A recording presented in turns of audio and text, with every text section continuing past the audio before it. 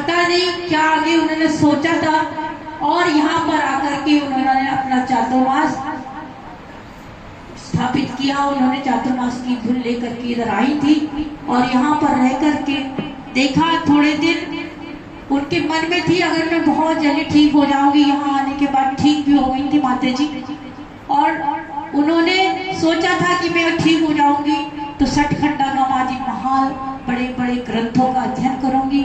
फिर दिन पे दिन काया उनकी बहुत कमजोर होती गई।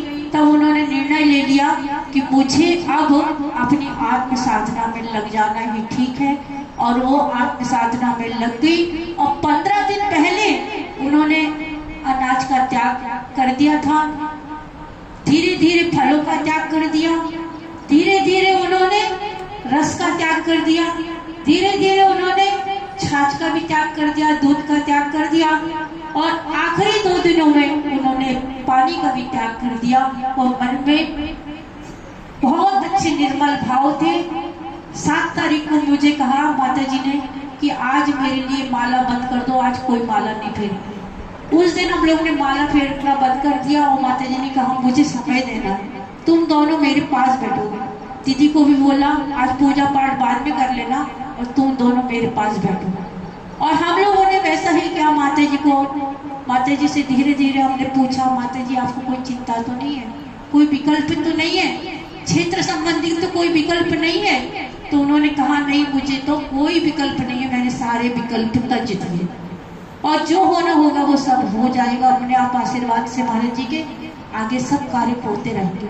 ऐसे उन्होंने विकल्पों का त्याग कर दिया। अंत में हमारे बारे में जो विकल्प था वो भी छोड़ दिए और 10 बजे अपनी साड़ी का भी त्याग कर दिया और दिगंबर के भाव उनके मन में थे। अंतर में दिगंबर भावना बहाते हुए दीदी ने कहा कि आप दिगंबर हो क्या? बोले हाँ मैं दिगंबर हूँ, मैं दिगंबर हूँ। ऐसी भावना से उन्होंने अंतर तक परिग्रह का भी त्याग करके उस दिगंबरत की भावना को धारण करके ऐसे शुद्ध परिमाणों से उनके परिणाम इतने निर्मल थे कि उनके परिणाम में कोई विकल्पता नहीं थी। सारा निर्विकल्प बना से उन्होंने धार लिया था। और 11:30 बजे कह करके कि आज सुबह मैंने शांति धारा और अभिषेक नहीं देखा है, तो 11:30 बजे उनको पंचामृत अभिषेक करके दिखाया और शांति धारा कराई उन्होंने और उस गंधोदक को अपने मस्तक पर लगाया और उसके बाद समाई करी। हम लोगों को आहार को भी उठा दिया और समाई करके उन्होंने 1 बजे वो नाड़ी जब देखा कि भाई राजू जैन आए थे और उनसे नाड़ी दिखवाई, डॉक्टर थे, तो उन्होंने बोला माता जी नाड़ी मंद चल रही है। तब उन्होंने देखा कि अब हमने बोला नाड़ी मंद चल रही है तो हमारे में ऐसी हिम्मत कहाँ से आ गई पता नहीं। एक संलेखना यम संलेखना के लिए मुनि भी तरसते हैं, मुनि भी सारा जीवन तपते हैं, वो यम संलेखना मिलना बहुत मुश्किल है। जो माता जी ने करके अपने गुरु का चिंतन नमोकार मंत्र का चिंतन करके वो शक्ति प्राप्त करी और उन्होंने यम संलेखना। मैंने उनको कहा माता जी सब प्रकार के आहार जल का त्याग, सभी चीजों का त्याग, क्योंकि उन्होंने तो त्याग कर चुकी थी, लेकिन हम भी अपने समाधान के लिए उनसे पूछा तो उन्होंने मुंह से बोल करके मेरा सर्वथा त्याग प्रत्याख्यान।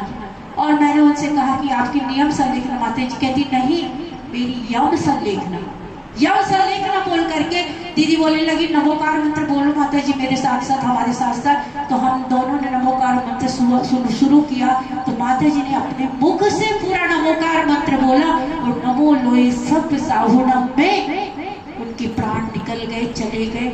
इस देह से संबंध छूट गया, लेकिन वो ऐसी उत्तम गति को प्राप्त हुई है कि वो निकट भव्यात्मा आज आगे जाकर के मुनि पद धारण करेंगे। स्त्री पर्याय का उन्होंने छेदन कर दिया और आगे मुनि पर्याय ऐसे भावी अरिहंत भगवान और भावी सिद्ध परमात्मा वो अवश्य बनेगी। इतना हमको उनके परिणामों से पता लगा। देखो उनके मन में एक भावना थी, जब तक थी माता जी, जब तक मन में भावना थी कि आचार्य श्री बाहुबली महाराज जी का एक सपना था उसको मैं साकार कर सकूं, लेकिन आयु कम होने से उनका साकार सपना कौन सा था? 2.5 दिन की रचना, क्योंकि सिद्धांत तीर्थी का तो सारा काम वो आचार्य श्री अपने हाथों से करवा गए, लेकिन 2.5 दिन जो दक्षिण में धर्मनगर क्षेत्र है उन्हीं के द्वारा प्रेरित उन्हीं से बना हुआ, वहां पर अभी विद्वान श्री धर्म सिंह महाराज जी वहाँ विद्यमान है, संघ पूरा विद्यमान है। तो वहाँ पर उन्होंने सोचा था कि आचार्य श्री का जब तक मेरे आयु होगी तब तक मैं वो सपने को साकार करूंगी। उनकी प्रेरणा से, आचार्य श्री की आशीर्वाद से, माता जी की प्रेरणा से उधर पर काफी काम हुआ है और अभी तक काम होता चला आ रहा था। लेकिन थोड़े दिन से माता जी की तबीयत खराब होने से माता जी ने विषय नहीं निकाला था। अगर माता जी का कहना था अगर मैं अच्छी हो जाऊंगी तो 2.5 दिन के बारे में एक बार ट्रस्टियों से बात करूंगी और उस बात को आगे ले जाऊंगी। तब वो उनकी तबीयत ठीक नहीं होने से उन्हें सारे विकल्पों का त्याग कर दिया।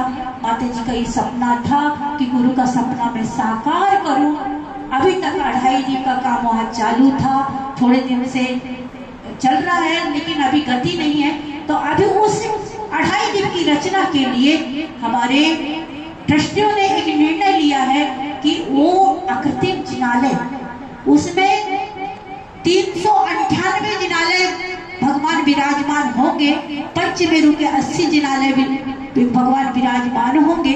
तो उस सपने को पूरा करने के लिए आज सभी लोग उद्यत हुए हैं।